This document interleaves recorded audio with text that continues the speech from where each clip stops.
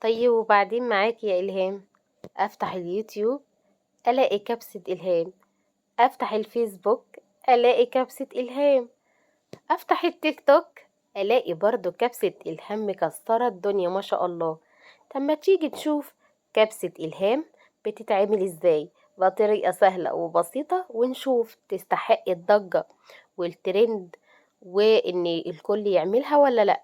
أول حاجة نسمي الله ونصلي على رسول الله عليه الصلاة والسلام، ونجيب حلة كبيرة كده على البوتاجاز على طول، ونضيف فيها حبة من الزيت. وكمان هنجيب بصلة كبيرة كده تفرميها أو كمان تقطعيها على ايديكي، مفيش مشكلة، أو حتى تعمليها شرايح، مفيش مشكلة خالص. أهم حاجة تعملي لايك للفيديو وكمان شير. ولو انت لسه ما عملتليش متابعة على الفيسبوك أو سبسكرايب على اليوتيوب، ياريت تنوريني وتنضمي لعيلتنا الصغيرة. هنا بقى كنت حمرت كده البصلة، وعايزة البصلة بتاعتي تاخد لون دهبي كده، غامق شوية أو بني غامق شوية أهو كده.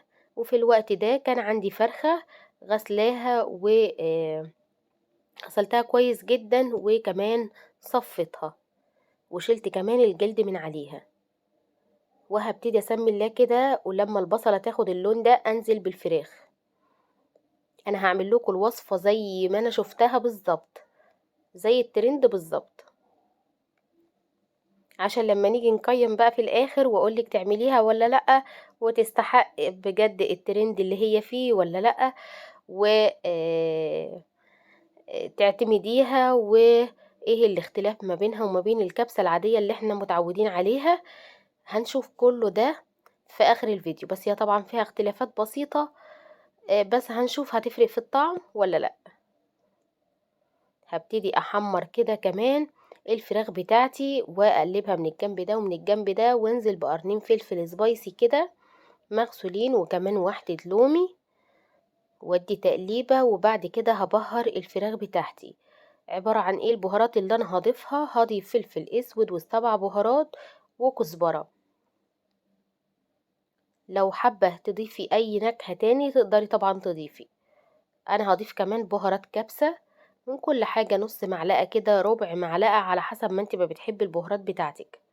اهي الكزبرة، وهجيب كمان سنة من السبع بهارات، وهدي تقليبة حلوة. وبعد كده اضيف معلقتين كبار حلوين كده من البهارات الكبسة.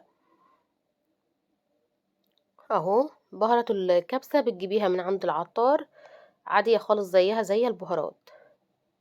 هدي تقليبة كده حلوة كده للفراخ، احمرها بمعنى اصح.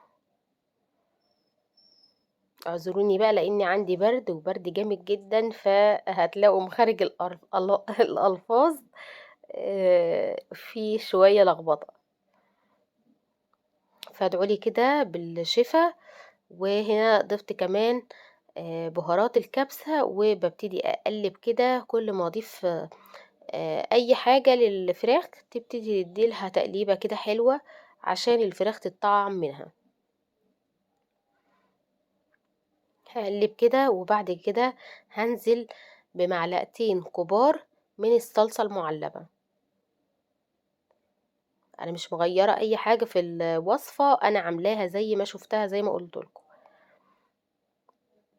اهو تقدري طبعا لو انت شفت الوصفة وحابة تبدلي فيها حاجة تعدلي فيها حاجة، يعني مثلا مكان الصلصة تقدري تضيفي طماطم مبشورة، بس انا عملتها لكم زي ما الترند ما قال، وزي ما كل الشيفات الكبار عملوها بالظبط.